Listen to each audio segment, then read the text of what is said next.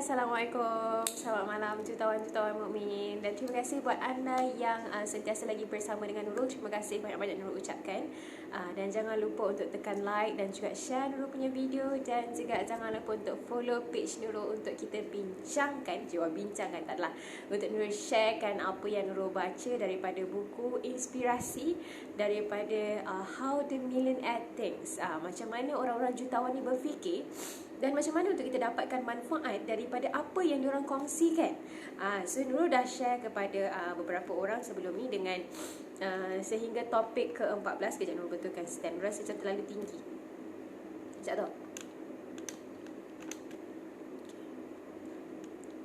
Nurul betulkan stand dia. Okay dah. Okay. Alright. Sebelum ni Nurul dah bermula daripada topik 1 sehingga hari ini dia dah sampai topik ke-15. Hari ini topik 15 adalah orang kaya menggunakan duit untuk bekerja untuk diorang. Dan macam mana orang yang tidak berjaya, dia bekerja untuk duit. Berbeza dengan orang kaya, duit bekerja untuk dia. Okay, so ini apa yang Nurul nak sharekan dengan anda supaya kita pun akan dapat satu mindset yang baru. Macam mana nak suruh duit ni bekerja untuk kita instead of kita bekerja untuk duit. Okay, sangat-sangat best. Nurul memang bila Nurul baca buku ni dan Nurul nak berkongsi dengan anda, Nurul rasa sangat-sangat seronok sebab sangat bermanfaat. So dekat sini, okay, sekejap.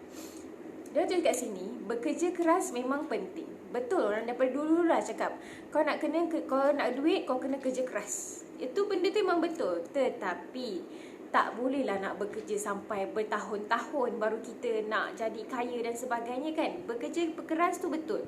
Bekerja keras betul, tetapi kena kerja dengan bijak. Itu kita panggil sebagai work smart, not work hard. Berbeza dengan work smart. Kalau work smart, dia dah tahu target sampai bila dia nak cukup berhenti. Bila dia dah bekerja sekarang, maksudnya daripada usia muda dia dah bekerja. Daripada mungkin dia dah ada target dalam 40-50 tahun, dia dah tak bekerja lagi. Kan kat situ dia dah ada target. Ada plastik pula. Dia dah ada target. Maksudnya umur 50 dia dah tak nak bekerja. So daripada umur dia muda-muda macam ni, dia dah start simpan duit, dia dah start buat saving, dia dah start buat investment. So dia tahu masa umur dia 40 ke 50 tahun, dia dah ada financial free. Kita panggil sebagai financial freedom, iaitu kebebasan kewangan yang mana dia tak perlu lagi bekerja, tetapi dia hanya menggunakan duit saving dia daripada umur 20 ke 30 tahun ataupun 20 ke 40 tahun. So dekat sini yang Nurul nak sharekan kepada anda macam mana untuk kita buat saving dan juga macam mana kita nak bagi duit bekerja untuk kita. Tengok stand ni pun dah bergerak kan. Stand ni pun dah bergerak. Okay. Kebanyakannya lah kita tengok orang kat luar sana yang mungkin Nurul bukan nak menghina tetapi ini apa yang buku ni ceritakan Nurul. Kita tengok ramai orang bekerja keras pukul 9 sampai 6. Lepas tu ada yang bekerja sampai 2-3 kali kerja, sampai pagi kerja lain, petang kerja lain, malam kerja lain. Adakah diorang kaya? Adakah kebanyakan diorang kaya? Ataupun adakah diorang hampir-hampir kaya? Tapi sebenarnya tidak.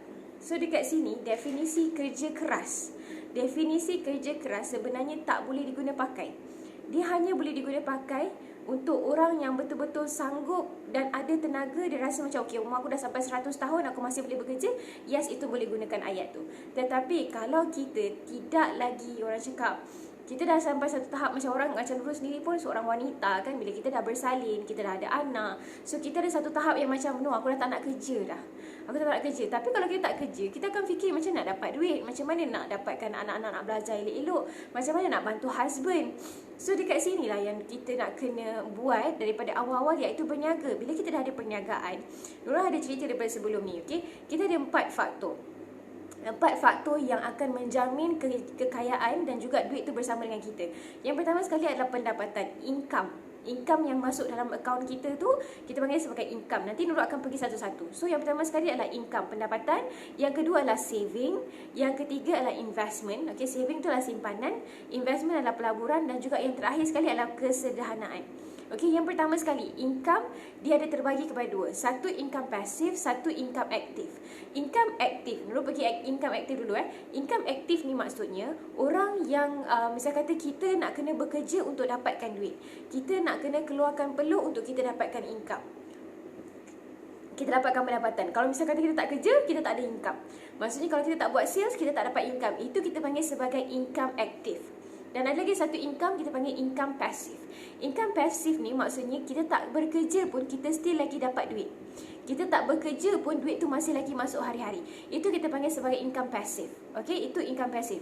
So kita nak orang selama ni cakap dengan kita cari duit, belajar rajin-rajin, kerja kuat-kuat, lepas tu dapat kerja bagus-bagus untuk kita dapatkan income aktif. Tapi tak ramai yang bagi tahu daripada muda kita kena ada income pasif patutnya. So income pasif ni yang Nurul akan membawa anda kepada poin yang kedua, iaitu simpanan.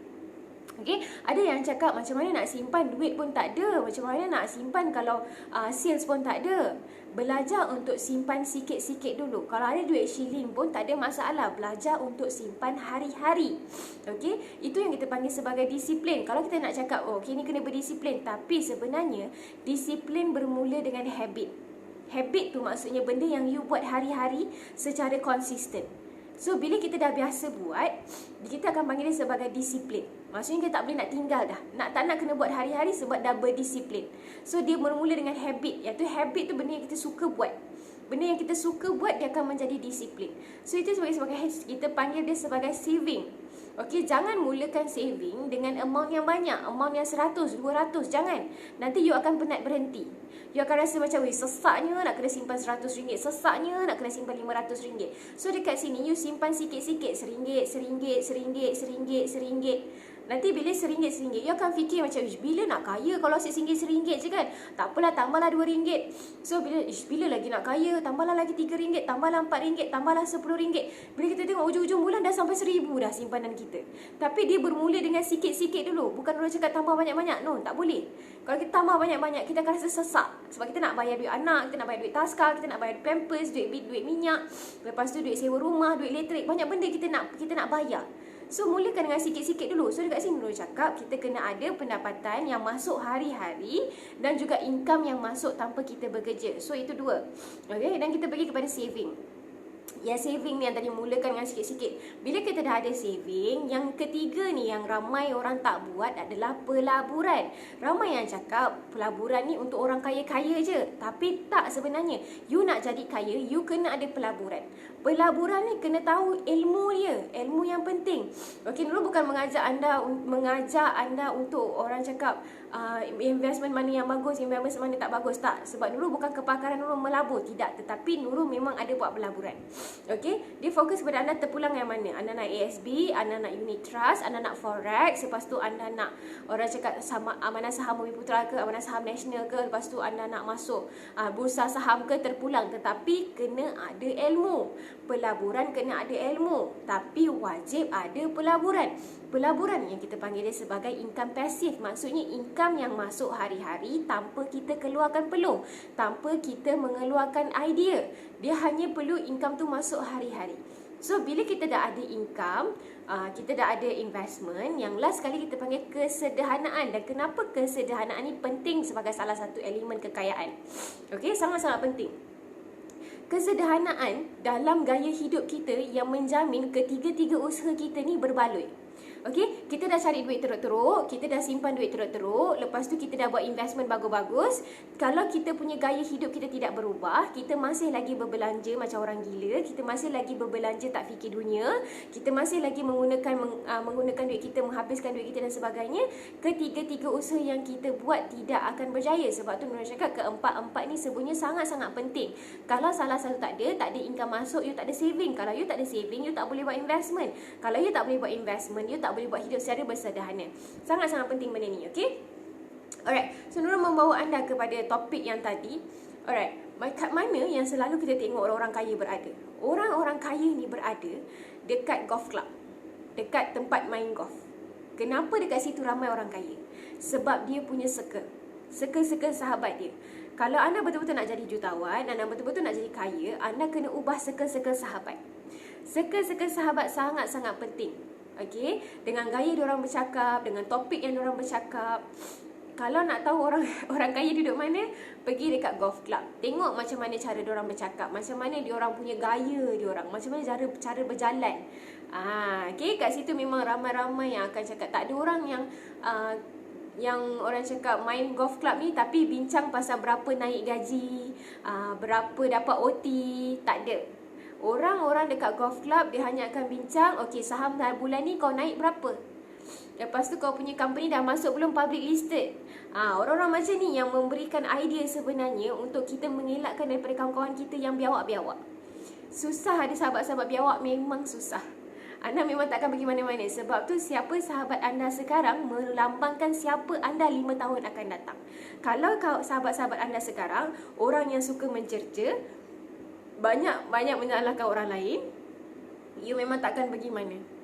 Percaya cakap Nurul, you memang takkan pergi mana-mana. Sebab everyday you akan rasa down, you akan rasa down, you akan rasa down, you akan rasa macam, aku memang bodoh, aku memang tak boleh berniaga, aku memang rasa tak mampu nak berniaga, aku memang tak layak untuk berjaya. Dan ada orang yang akan cakap, memang betul. So kita akan rasa macam, betul lah tu, hidup aku memang macam ni kot agaknya. Tapi sebenarnya tidak. Kalau you berkawan dengan orang-orang yang memang berjaya, you kawan dengan orang-orang yang memang dah buat sales berjuta-juta, yang dah buat sales berpuluh-puluh ribu, you sendiri pun akan rasa bersemangat. You akan rasa macam, kalau dia boleh, kenapa aku tak boleh? Kenapa dia berjaya, kenapa aku tak berjaya? Dia ada mata sama macam aku, dia ada hidung sama macam aku, dia ada mulut macam aku, tapi cuma aku cantik sikit. Nampak tak ayat? Cuma cantik sikit lah. Okay. Alright, so Nurul akan pergi kepada topik yang seterusnya. Okay, so macam orang dulu cakap, okay, macam orang dulu lah, bukanlah orang-orang dulu, tapi yang pernah Nurul dengar pepatah-patah orang cakap dulu, a dollar pay work for a dollar work give a dollar pay. Maksudnya kalau you buat kerja nilai dia RM1, you akan dapat RM1. Tapi tak ramai orang akan cakap apa patut kita buat dengan RM1 yang kita dapat. Okay? So daripada mula ni, kalau anda dah umur mungkin dalam 20 ke 30 tahun, kita dah kena ada target umur berapa tahun yang kita tak nak dah bekerja. Dulu tadi baru bincang dengan husband, umur berapa yang you nak stop bekerja lah. So dia bagi umur kat Nurul 45 tahun. So daripada 45 tahun, sekarang umur Nurul dah 27 macam tu. So lagi lebih kurang 20 tahun untuk Nurul bekerja. So daripada 20 tahun ni Nurul dah kena start saving, dah kena ada investment. So bila umur Nurul 45, 47 macam tu, Nurul dah tak nak bekerja. Tapi Nurul nak ada duit masuk hari-hari. So Nurul dah ada target macam tu. Sebab Nurul dah ada target macam tu, Nurul dah tahu apa yang nak kerja, Nurul dah tahu apa yang Nurul kena buat. Okay, macam orang cakap, okay, I bagi you RM1 sekarang, apa patut you buat? Sebab tu kalau kita daripada mula-mula lagi, anak kita tengah kecil, apa yang patut kita ajar adalah, bila kita bagi dia RM2, jangan suruh dia belanja dulu, suruh dia menabung dulu, suruh dia saving dulu. Kebanyakan orang cakap, okay, ni ambil RM2 ni, baki balik nanti baru simpan tabung. Tak boleh macam tu. Sebab mungkin kalau saving, kalau dia belanja, balik tinggal 10%. So 10% sahaja yang dia akan simpan. So benda tu akan lekat dalam kepala dia, oh baki je yang kena saving, oh baki je kena saving. Tapi tak sebenarnya. Kalau kita dah orang kata dah berniaga, dah bergaji, 10% daripada sales kita sepatutnya dah kena simpan dulu. Lepas dah simpan, baru you boleh buat benda lain. Okay, baru you boleh gunakan duit tu untuk restock ke, you nak guna untuk reward ke, you nak guna untuk free gift dan sebagainya. Lepas daripada you dah masukkan 10% daripada you punya saving. Kalau anak-anak you yang masih kecil, you bagi RM2, cakap dengan orang RM1 tu pergi simpan. Saving masuk dalam tabung, simpan dalam tabung RM1 lagi tu baru pergi belanja. Okey, tak apa cakap dengan dia, hari ni nak simpan berapa? RM1.50. Okey, tak apa. Kita bagi dia RM1 sekeping, 50%. So RM1.50 suruh dia masuk tabung, 50% dia pergi belanja. Belajar dia untuk saving, belajar dia untuk berjimat daripada dia kecil ni. Bila dia dah besar, you senang. Faham Bila dia dah besar, you senang. So dia tak ada simpan baki-baki je. So orang tahu, okey aku belanja gila-gila, mama bagi RM5, so kita belanja 50% je kita simpan. Tak boleh macam tu. Okey, kena ajar daripada kecil untuk jadi orang yang bijak menyimpan berbanding daripada berbelanja. Kita tak nak cakap jimat berbelanja. Tidak, kita nak jadi bijak berbelanja dan bijak berjimat. Sangat-sangat penting untuk menyenangkan hidup kita juga akan datang. Okey, kalau mana yang ada anak-anak, yang anda masih lagi bekerja, berniaga dan sebagainya, ajar untuk berniaga juga daripada kecil. Jangan risau, diorang memang akan senang untuk belajar. Okey, so macam ni, bila kita cakap orang-orang yang kaya ni, okay, dia orang-orang yang kaya ni, dia rasa macam bila dia bekerja keras, bila dia bekerja orang kata 24 jam ataupun 27 jam dan sebagainya, bagi orang-orang yang kaya, keadaan yang bekerja keras tu adalah sementara.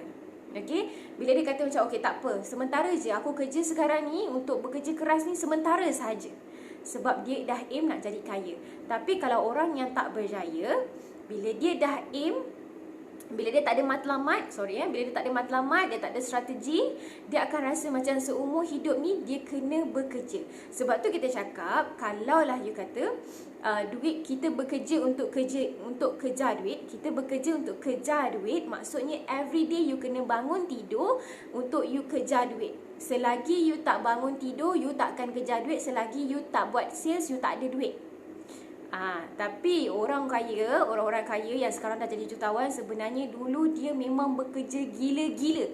Sebab dia rasa benda tu hanya sementara. Sakit cuma sementara, penat cuma sementara, sakit kepala cuma sementara. Sebab dia tahu akan datang, dia dah aim lagi besar. Sebab tu dulu kalau orang cakap dengan dia, kau ni memang takkan berjaya, kau ni malas dan sebagainya, dia biar. Dia buat kerja sehabis baik, dia buat gila-gila, dia kejar target dia, sebab dia dah tahu umur berapa dia tak nak kerja dah.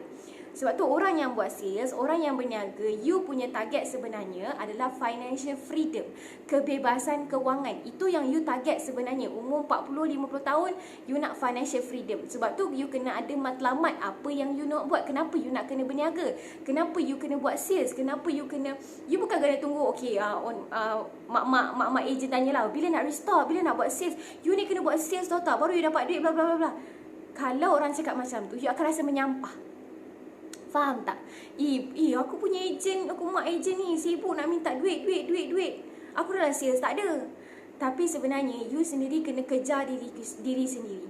Kalau you nak financial freedom, you nak kebebasan kewangan masa umur yang 40-50 tahun, you dah kena buat sales sekarang, you kena buat saving sekarang, you kena buat investment sekarang, dan hidup bersederhana sekarang, untuk you senang akan datang. Okey, apa yang Nurul maksud dengan financial freedom adalah maksudnya kebebasan you untuk buat pilihan. Contoh bila kita pergi kedai makan, kita tengok belah kiri dulu, baru tengok belah kanan. Okey, itu untuk orang-orang kaya. Maksudnya tengok menu dulu, apa yang you nak makan, baru you tengok harga. Kalau macam kita, macam Nurul sendiri pun yang tengah tak ada duit, contoh tengah tak ada duit, Nurul akan tengok harga dulu, baru nak tengok makanan. Kalau Nurul rasa macam bajet Nurul cuma RM5 je, apa yang Nurul dapat adalah mi goreng. Apa yang dapat RM5, mi goreng lah. Macam tu. Faham tak? Tapi kita nak kebebasan kewangan. Itu Nurul panggil sebagai kebebasan kewangan. Bila you nak beli baju, you tak payah tengok tag harga. You nak beli barang, you tak perlu tengok tag harga. Faham tak? You main ambil. Apa yang you nak ambil, you ambil. Sebab tu orang cakap, daripada dulu dia kata, alah, dia ayat-ayat sedapkan hati, dia cakap, alah tak apalah, bukannya nak boleh mampu pun nak beli semua benda, alah bukannya muat pun rumah kau nak beli semua benda. Kita bukan nak beli semua benda, tapi kita nak apa yang kita nak. Kita teringin, contoh kita teringin cuma cantik lah baju tu kan, teringin sangat. Kita berniaga, kita kejar sales, kita buat, kita beli baju tu tanpa kita tengok berapa harga dia. Faham? Tanpa kita tengok pun macam teringinnya, kita buat kerja sekarang. Okey, bukanlah kita kata nak kena sekat apa yang tak boleh beli, apa yang boleh beli dan sebagainya, tetapi itu untuk kesenangan you akan datang. Sebab kita tak tahu bila kita sakit, kita tak tahu bila kita perlukan duit, kita tak tahu benda-benda tu semua. Dan kita tak boleh jangka. So you jangan cakap, okey bulan depan aku masih lagi gaji, tahun depan aku masih lagi bergaji, lepas tu ni masih lagi ada sales. Kita tak tahu bila produk yang kita jual ni akan habis masa dia, waktu orang lain akan keluarkan produk baru dan orang tak nak lagi produk ni. Okey, takkan kita nak bergantung lagi, kita lagi masih berada dalam kawasan yang sama, tidur tempat yang sama. So nak tak nak everyday you kena renew wishlist you. You kena sentiasa bertenaga, you kena sentiasa bersemangat. Jangan jual produk-produk yang viral sahaja. Kita yang buat produk ni viral. Kalau ada cakap dengan Nurul, produk you viral tak? Sebab I nak jual produk senang-senang je. Kalau boleh, I nak jual orang cakap je produk tu, orang terus beli. Cakap je orang terus beli. No such thing. Even you jual produk yang paling bagus dalam dunia sekalipun, tapi kalau personal branding you tak bagus, service you tak bagus, orang tak kenal you tak jujur, lepas tu mulut you tak baik, orang tetap takkan beli. Walau macam mana viral sekalipun, orang takkan beli. Okay, mungkin orang takkan beli dengan you, orang beli dengan orang lain. Sebab tu penting Sebab tu penting Nurul ajar dengan tim-tim Nurul macam mana nak buat personal branding, macam mana nak kenalkan diri sendiri. Nurul tak cakap okay, you nak buat Facebook page, you kena letak Bubble Belly nama you, Bubble Belly nama you, Keripik Ibu nama you. Tak ada.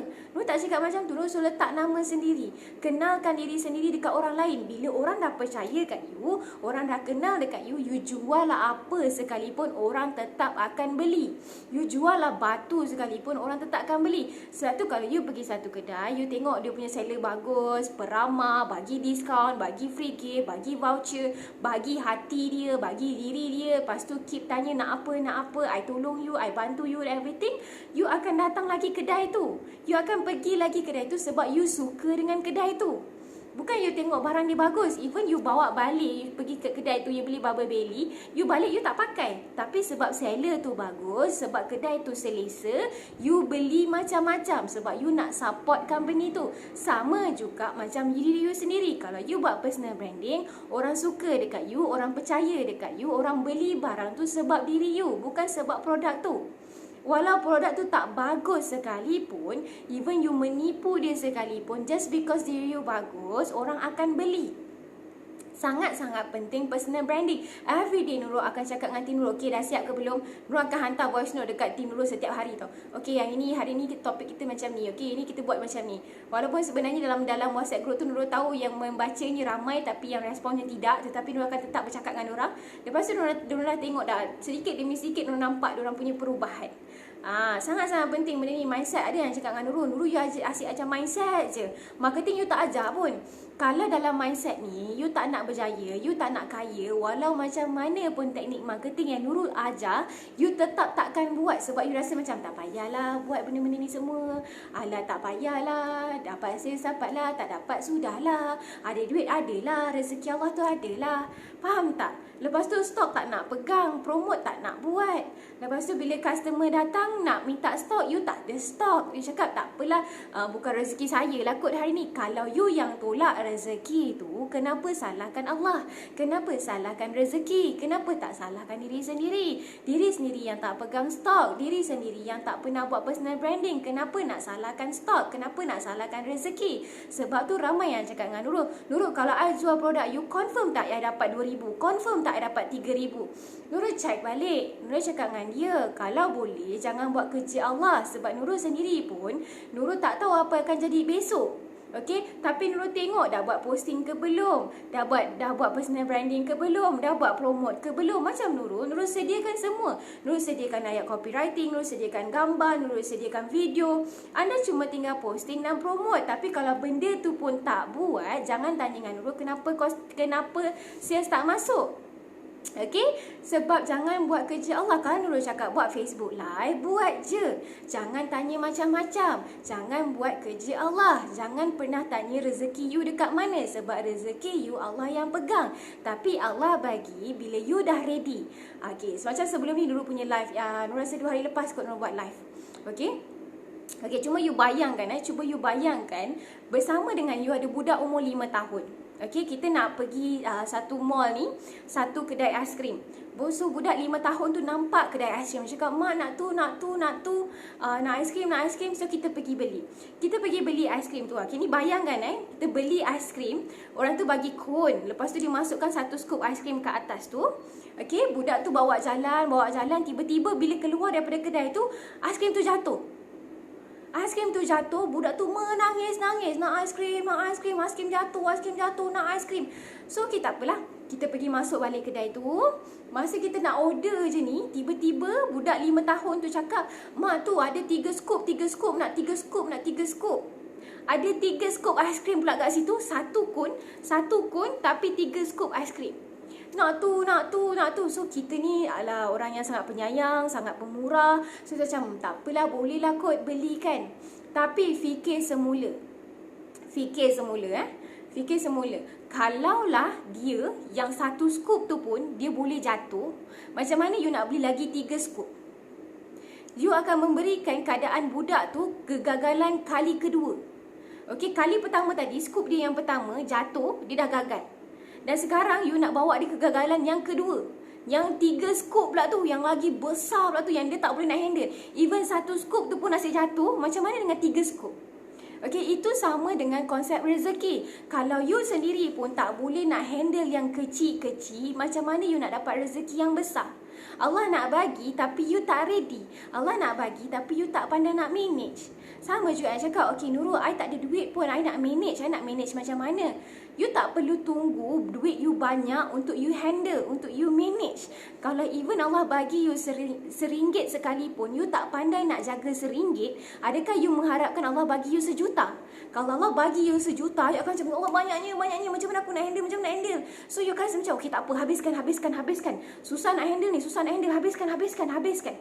Tetapi you bayangkan kalau awal-awal Allah bagi you RM1 tu dah you bahagikan 20% untuk sedekah, 20% lagi untuk you berniaga, sales, restock, lepas tu lagi 20% lagi you simpan untuk you punya akan datang tahun depan, you nak hidup lagi, you masih lagi, you bahagikan, even RM1 tu pun you bahagikan. Okay, kalau Allah bagi you RM10,000 terus, you dah tahu bahagikan macam mana. Okay, sebab tu Allah tak bagi kalau you ready. Allah belum bagi sebab you belum ready. Allah tahu you belum ready. Sama macam Nurul sendiri pun, Nurul macam, kenapalah tak dapat sales banyak macam ni? Aku dah buat macam-macam dah. Tapi sebab Allah tahu Nurul tak ready. Sebab memang Nurul tak ready masa tu. Nurul tak ada stok. Lepas tu Nurul tak ada tempat nak letak stok. Lepas tu Nurul punya duit pun susah nak rolling. Nurul tak pandai manage duit. Nurul tak masuk kelas. Ada banyak benda yang Nurul tak buat. Allah tahu Nurul tak ready. Allah tahu benda tu. Tapi sebab Nurul sendiri tak tahu, Nurul rasa macam ego. Nurul macam, ya aku dah buat semua benda lah, apa lagi ni kan? Aku dah masuk kelas, aku dah buat benda ni, Lepas tu Nurul marah diri sendiri. Lepas tu Nurul rasa stres, Nurul rasa geram, Nurul rasa macam, give up lah berniaga ni. Nurul cakap macam tu. Tapi bila Nurul tengok balik, Nurul macam, betul juga kalau Allah bagi aku sales RM10,000, mana aku nak letak stok? Kalau Allah bagi aku RM10,000, macam mana aku nak handle duit tu? Macam mana aku nak handle aku punya team? Macam mana aku nak buat benda-benda ni semua? Dan kemudian Allah hadirkan Nurul punya ilmu, Allah hadirkan stok tempat yang orang cakap, Nurul punya tempat stok sendiri, Nurul dah ada office Nurul sendiri. So bila Nurul dah bersedia macam tu, Allah bagi bila orang dah ready. Dan juga Allah bagi bila kita layak dengan usaha kita sendiri. Kita berusaha, Allah bagi. Kita berusaha, Allah bagi. Kita bukan berdoa. Oh, moga adalah rezeki aku hari ni. Tapi tak bergerak, tapi tak posting, tapi tak jumpa orang. Tak juga posting. Lepas tu tak nak belajar. Bila Nurul masuk kelas, tak nak masuk kelas. Benda ni sangat-sangat penting. Nurul tak marah. Okay, Nurul tak marah. Nurul cuma bercakap sahaja. Okay. So, Nurul akan pergi ke next topic dia adalah Nurul bagi macam marah tau. Terkejut. Nurul ni marah ke apa? Tak. Nurul tak marah. Nurul nasihat elok-elok. Nurul sayang. Okay. Alright. Okay. So sekarang dekat sini, apa sebenarnya tujuan kita untuk dapatkan kebebasan kewangan? Yang best sangat pasal kebebasan kewangan ni adalah bila sampai satu tahap, kita dah ada saving, kita dah ada sales, kita dah ada target, kita bekerja sebab kita suka, bukan sebab terpaksa. Orang sekarang bekerja sebab dia terpaksa. Kalau dia rasa macam, kalau aku tak bekerja, aku tak dapat bayar duit gaji, aku tak boleh bayar duit rumah, tak boleh bayar duit anak-anak, nak bayar duit taska, nak bayar hutang, tak ada duit. Okay, tapi kita nak keluar daripada kemelut ni, kita nak keluar daripada kerisauan ni, kita nak keluar daripada ketakutan ni. Apa kita buat adalah kita berniaga, buat sales banyak-banyak, dapatkan kebebasan kewangan, sehingga satu hari kita boleh cakap, aku bekerja sebab memang aku suka. Maksudnya, bila kita bangun pagi tu, kita nak pergi kerja sebab kita suka, bukan sebab kita paksa. Maksudnya bila kita buat benda yang kita suka, maksudnya kita akan enjoy benda tu. Dia akan ada lagi satu tahap bila kita rasa macam saving dalam akaun dah cukup, semua benda serba okey, semua benda serba orang kata serba cukup lah segalanya kan, cukup selesa, anak-anak pun selesa dan sebagainya. Kita rasa macam okey, tak apalah, nak pergi kerja tu kira macam enjoy lah kan, saya sajalah daripada duduk rumah tak buat apa-apa, anak-anak dah besar, baik kita pergi kerja. Keadaannya macam tu, bukan sebab nak kena bangun pagi ni, kalau tak kerja nanti kan gaji tak masuk, nanti nak kena bayar duit rumah, nak bayar duit taska. Lain bunyi dia. Maksudnya kita tak suka kerja tu, tapi kita buat sebab terpaksa. So bila kita buat sebab terpaksa, ikhlas tu tak ada.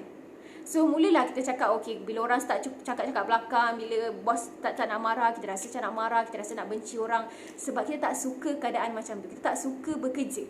So sebab tu daripada sini, daripada mula you tengah bekerja ni, ada gaji tu 10% masuk tabung. Jangan ingat dah 10% masuk tabung, hujung bulan you buka tabung tu. Of course you akan rasa sayang. Nak guna sebab you dah ada hari-hari you masuk dalam tabung. Mesti you akan rasa stres, mesti you akan rasa macam, oh aku tak nak guna duit ni sebab aku simpan, aku usaha sebulan ni. Satu bulan depan nanti you akan tambah lagi, you akan tambah lagi, you akan tambah lagi. Bila dah ada banyak, masukkan dalam akaun, kat situ you akan rasa macam, okey tak apa, nak tambah lagi, nak tambah lagi, nak tambah lagi sampai satu tahap kita punya impian, strategi kita adalah financial freedom. Maksudnya kita berniaga sekarang, kita bekerja sekarang sebab kita nak ada financial freedom akan datang. Kita tak akan perlu susah-susahkan mak ayah kita, kita tak perlu susahkan anak-anak kita. Bila kita dah tua sekalipun, anak-anak kita boleh hidup dengan family dia dengan senang. Faham tak? Okey?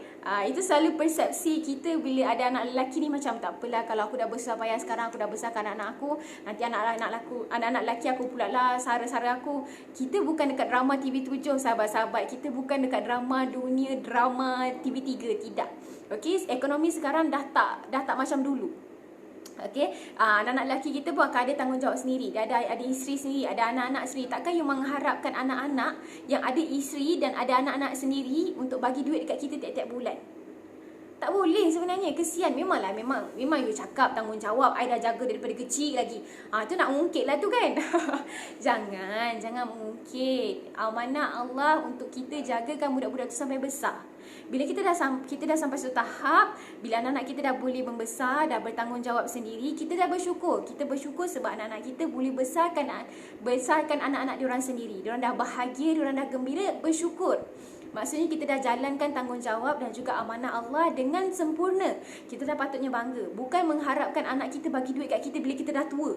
That is not the way. Sebab tu daripada muda sekarang ni, daripada you dah ada kerja sekarang, you masih lagi bertenaga, you ada duit, saving, okay, kerja, saving, investment dan juga hidup bersederhana sekarang. Bila you dah besar, you dah tua nanti, you boleh bekerja, you boleh ada duit sendiri. Tak perlu mengharapkan orang lain, tak perlu memerlukan bantuan orang lain. Faham situasi macam tu, okay? Alright. So, definisi kita lah. Definisi, kejap. Tadi Nurul cakap lah, dia tiba-tiba keluarkan definisi kat sini. Dia cakap kat sini, anda perlu ada gaya hidup tanpa perlu mengharapkan orang lain punya duit ataupun tanpa perlu bekerja. Itu adalah definisi financial freedom. Okay, kebebasan kewangan.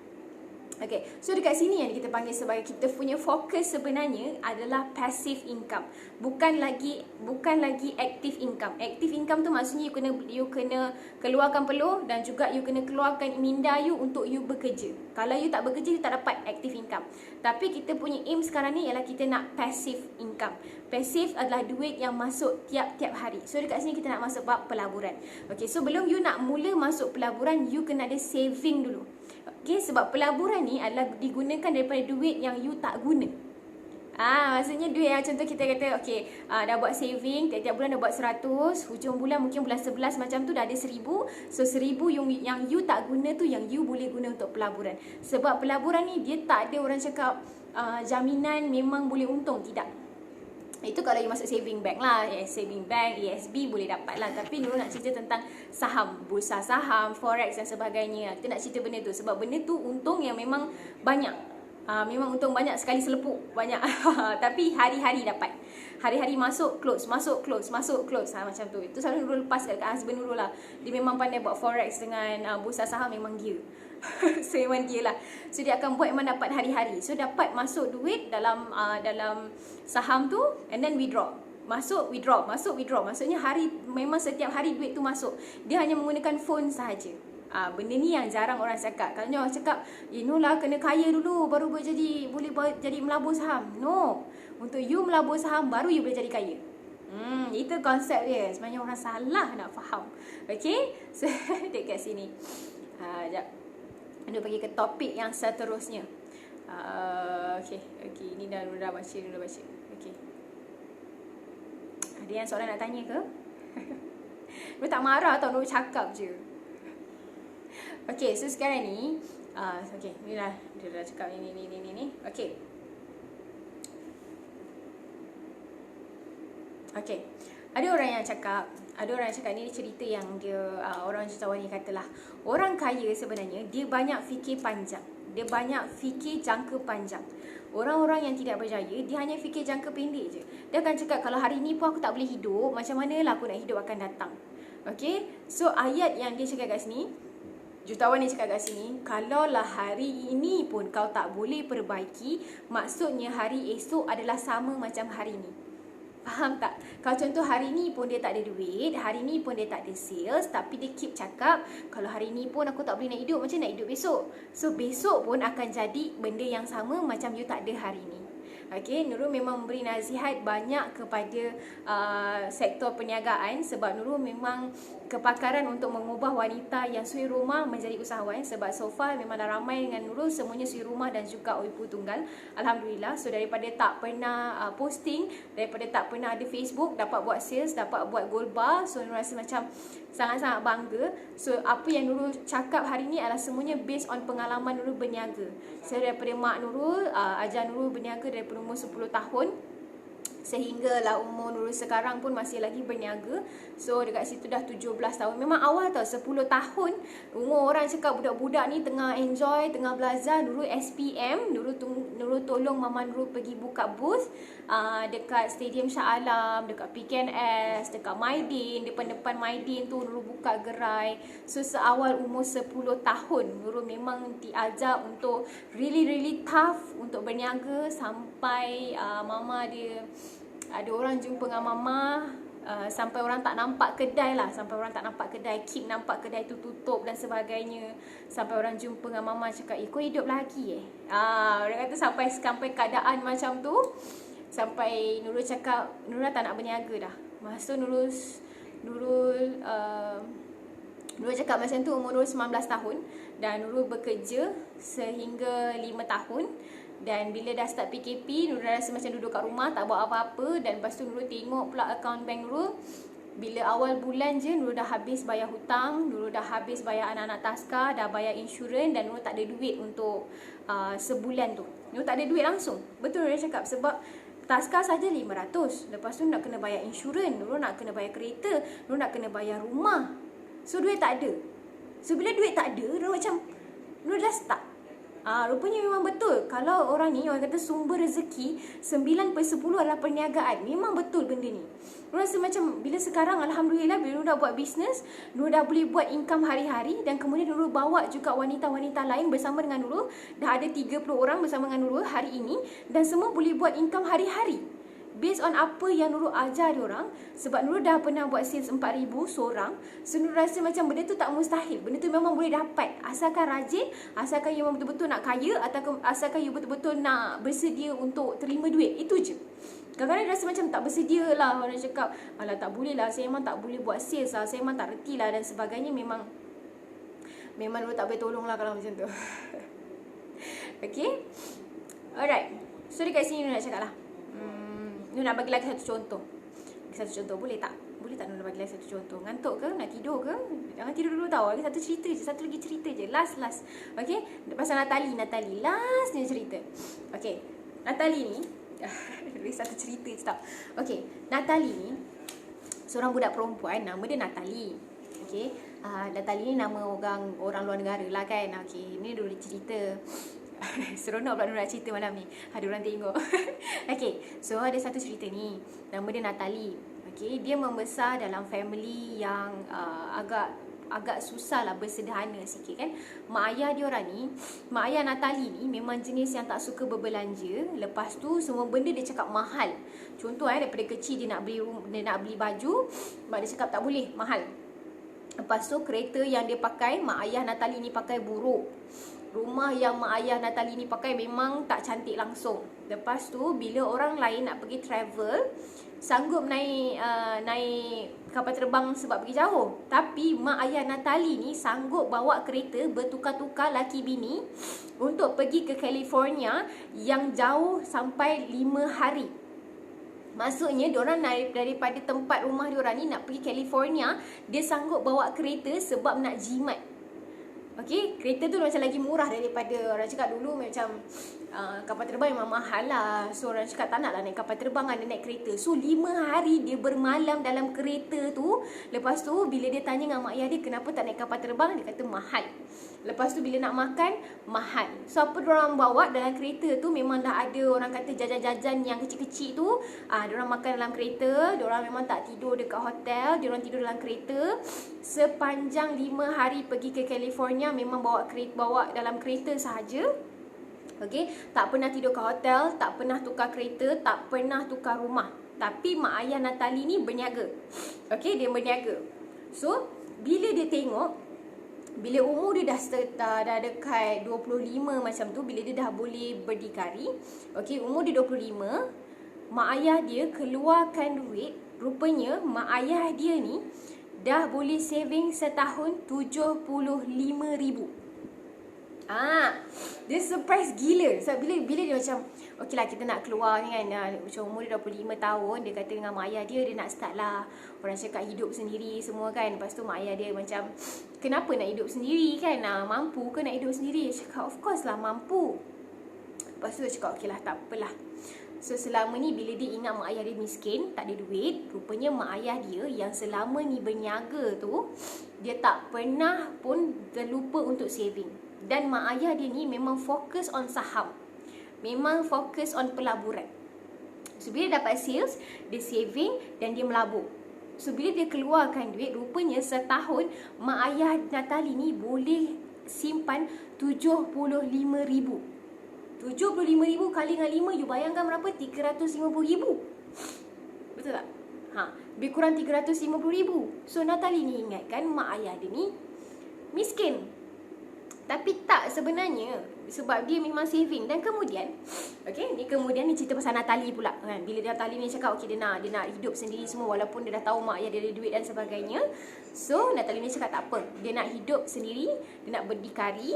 So bila dia keluar, okey, bila dia keluar, dia hidup sendiri, dia habiskan semua duit dia, dia ambil credit card sampai dia tak mampu nak bayar even minimum sekalipun. Apa dia nak beli, dia beli. Apa dia nak makan, semua dia makan. Apa yang dia rasa macam dia nak ada kereta mewah, dia nak ada rumah mewah, semua dia nak beli sampailah dia rasa diri dia bankruptcy. Hampir bankruptcy. Okay, so kat sini orang jutawan ni cakap, apa sebenarnya Natalie ni rasa? Sebenarnya Natalie ni rasa emosi dia. Emosi dia sebab dia rasa dia tengok mak ayah dia ni tak mampu bagi apa yang dia nak. So Natalie ni, dia berbelanja sebab dia rasa emosi marah dan dendam dengan mak bapak dia. Sebab kebanyakan daripada kita juga sebenarnya kita berbelanja sebab kita marah dan sebab kita rasa dendam dengan diri kita sendiri kadang-kadang. So sebab tu bila kita berbelanja dengan keadaan yang marah, dengan keadaan yang berdendam, memang you akan habiskan duit. Sebab tu penting Nurul cakap untuk manage duit dengan betul, untuk uruskan duit dengan betul. Sebab tu penting untuk ada saving. Okay, rasa nak terbersin. Okay, sebab tu pentingnya ada saving. Kalau you rasa macam you nak berbelanja, you nak beli dan sebagainya, you pakai duit saving, jangan pakai duit sales. Faham tak? So samalah macam kisah Natalie tadi. Dia rasa geram sebab daripada kecil dia memang tak mampu beli apa-apa. So bila dia dah besar, dia rasa macam diri dia dah orang cakap dah ada duit sendiri, dah boleh berdikari sendiri. So dia beli semua benda dan dia berbelanja berdasarkan dendam dia dengan mak ayah dia dulu yang tak mampu bagi dia apa-apa. So bila dia berbelanja dengan dendam, duit dia semua habis. Sama juga dengan situasi kita. Okay, kita rasa macam, oh bila aku tak buat sale, aku tak ada duit semua benda. Bila kita dah nampak duit sikit, kita habiskan. Nampak duit sikit, kita habiskan. Lebih lah kita penat-penat dapat duit ni, kita habiskan je lah. Kita enjoy je lah sebab penat dah dapat duit, penat nak buat sale semua sekali. Kita cakap macam tu sebab kita berbelanja dalam keadaan yang marah. Sebab tu penting kalau you ada duit, you masuk saving dulu, you invest dulu. Dah ada duit tu, baru you pergi beli apa-apa pun. Sebab duit investment yang you buat tu ada hari-hari. Okay, income passive tu ada hari-hari. Sangat-sangat penting benda ni, okay? Alright, so Nurul dah dekat nak habis. So Nurul nak ada summary. Biasanya lah setiap kali Nurul habis live, Nurul akan ada satu sesi yang dipanggil sebagai Minda Jutawan. Tindakan Minda Jutawan. Okay, tindakan Minda Jutawan. Ini adalah kira summary daripada apa yang Nurul cerita hari ni. Yang pertama sekali adalah pergi belajar masuk kelas-kelas pelaburan. Penting, masuk kelas-kelas pelaburan, belajar teknik pelaburan yang betul, buat sales gila-gila, buat saving gila-gila, dan masuk kelas pelaburan, melabur berhasil daripada duit ni. Oh, sorry. sorry. Masuk daripada hasil duit-duit ni, dan you pergi melabur. Tapi melabur memang kena ada ilmu. Jangan melabur berhadap orang cakap, okey jomlah melabur dengan saya tolong laburkan duit awak. Memang melebur. Buat sendiri. Melabur sendiri, baru you tahu susah sakit dia macam mana duit tu naik turun, close and buy. Okey, benda tu tak susah. Sangat-sangat mudah. Even orang yang tak pandai baca buku, yang tak pandai software sekalipun, memang boleh buat duit dengan pelaburan. Jangan risau benda tu. Tapi kena pergi belajar. Okey, dan yang kedua, kena fokus kepada income passive. Bukan lagi income aktif. Okey, bukan cakap okey aku nak cari kerja. Kita dah tak ada benda tu dah. Okey, kita buat kepada income passive. Kita fokus hari ni aku buat sales sebab aku nak saving. Hari ni aku buat sales sebab aku nak melabur. Dia bukan sebab hari ni aku buat sales sebab aku nak hidup. Bukan sebab hari ni aku buat sales sebab aku nak beli barang pampers anak-anak. Tak. Tapi dia cakap okey hari ni aku buat sales sebab aku nak saving. Sebab kita nak aktifkan diri kita, nak bagi habit yang baru untuk pentingkan duit dan jaga duit. Okey, buat sales hari ni untuk kita buat income passive. Buat sales hari ni untuk kita saving untuk masa akan datang. Benda ni penting. Sangat penting. Kalau mindset you tak ubah, you memang takkan berjaya. Saya cakap dulu. Okay? Alright. Dan yang ketiga sekali, jangan tunggu untuk beli hartanah. Tetapi beli hartanah dan tunggu. So ini sangat-sangat best lah. Pasal-pasal hartanah ni nanti Nurul akan bawa ke cerita lain. Sebab husband Nurul memang ejen hartanah. Okay, so Nurul memang tahu banyak benda pasal hartanah. Sebab dia pergi kelas hartanah. And then Nurul pun ada teman dia buat sewa, beli rumah, semua Nurul tahulah. So penting untuk ada hartanah ni. Sebab orang jutawan ni, kenapa diorang beli rumah banyak-banyak? Sebab itu income passive. Income passive, yang di mana you ada rumah, you sewakan rumah tu dan duit masuk tiap-tiap bulan untuk bayarkan kepada bank. So you tak payah fikir bila you nak bayar. You cuma kalau orang tu tak bayar sewa, you cari ejen hartanah, suruh dia carikan penyewa baru, halau penyewa sekarang dan cari penyewa yang boleh bayar tiap-tiap bulan. Kalau misal kata penyewa tak bayar, you kejar ejen hartanah tu. Bukan you kejar penyewa dah. Kejar penyewa ni susah sikit sebab nanti penyewa tu lari ke mana-mana kan. You kejar ejen hartanah. Cari dengan ejen hartanah, cakap dengan dia, I tanggungjawabkan you untuk sewakan rumah ni dan cari penyewa. Kalau I tahu penyewa ni lari, I cari you. Faham So ada fee sikit lah biasanya. Ejen hartanah dia ada harga-harga dia lah. Kena tengok lah. Kalau orang yang macam profile tinggi-tinggi sikit, mahal sikit lah kena bayar. Tapi tak adalah orang kata potong kepala. Tak. Okay je. Alright. So malam ni Nurul dah habis topik 15. InsyaAllah esok Nurul akan pergi kepada topik 16. InsyaAllah. Okay. So jangan lupa kalau anda nak join dengan Nurul, bersama dengan Nurul untuk jana pendapatan dan juga mendapat reward tiap-tiap bulan, InsyaAllah boleh bersama dengan Nurul. Kita sama-sama buat duit, kita sama-sama bantu suami.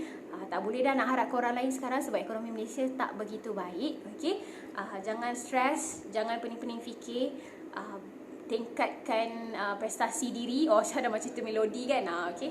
Sentiasa bangkit untuk sentiasa positif. Sebab takkan ada orang lain boleh ubah hidup kita kecuali kita sendiri. Okay? Terima kasih yang tengok Nurul. Terima kasih juga yang support Nurul. Terima kasih banyak yang follow Nurul. Terima kasih banyak-banyak untuk sokongan anda, untuk Nurul terus berkongsi ilmu dengan anda. InsyaAllah esok kita sambung lagi file yang ke-16. Okay? Nama saya Nurul Syarafina. Kepakaran saya adalah membantu si rumah menjadi usahawan hanya bermula pada rumah. Saya Kediri. Assalamualaikum.